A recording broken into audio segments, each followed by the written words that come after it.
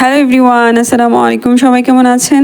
আমাদের রিসেপশন ব্লগটা আমরা চেয়েছিলাম যে একটু স্পেশালভাবে করব, সবাই একসাথে অনেক মজা করব। যেহেতু আমরা বাসে যাব, তো আমরা একটু প্ল্যান করেছিলাম যে একটু গান টান বাজবে, সুন্দর একটা মোমেন্ট তৈরি হবে।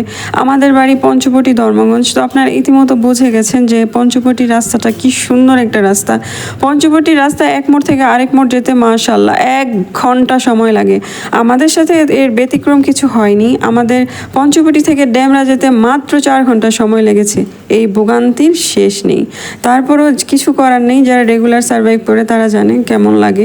আমরা পৌঁছেও গেলাম। পৌঁছে সবাই একজন খুব অসুস্থ, মারাত্মকভাবে টায়ার্ড। সবাই মেডিসিন নিয়েছে। নেমেই আমরা খাবার দাবার খুব কম খেয়েছি। দুনিয়া উল্টায় যাক, চা খাওয়া বাদ দেওয়া যাবে না। তো আমার ননদ চা অর্ডার দিয়ে দিচ্ছে, কফি আমাদেরকে দেয় নাই, যদিও এর আগের দিন আমাদেরকে খাওয়াইছে। তো এই ভিডিওটা আপনারা সবাই দেখেছেন। ওই দিন আমরা সবাই টায়ার্ড ছিলাম, সে আমাদেরকে ফোর্স করছে, আমরা খাইনি। আমরা ভিডিও ঠিকঠাক মতো করতে পারছিলাম না।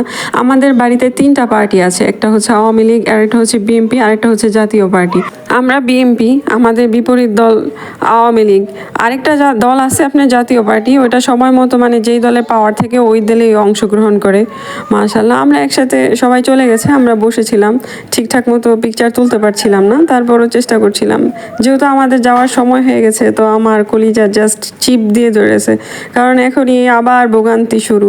মাশাআল্লাহ, এখনও 4 ঘন্টাই সময় লেগেছে, 1 ঘন্টাও মিস হয়নি। পঞ্চবটি রাস্তাটা কবে ঠিক হবে আল্লাহ জানে, ভোগান্তি শেষ নেই। যারা রেগুলার ট্রাভেল করে তাদের জন্য ভাবলে খুব খারাপ লাগে যে এই ভোগান্তির শেষ কোথায়। তারপরও ভালো থাকবেন, সুস্থ থাকবেন। ধন্যবাদ সবাইকে।